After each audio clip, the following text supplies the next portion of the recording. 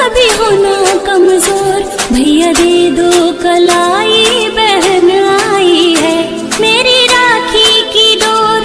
कभी होना कमजोर, भैया दे दो कलाई, बहन आई है मेरी राखी की डोर। कभी होना कमजोर, भैया दे दो कलाई, बहन आई है भैया दे दो कलाई, बहन आई है। कितना रिश्ता है पावन, महीना भी सावन, भैया खा लो मिठाई,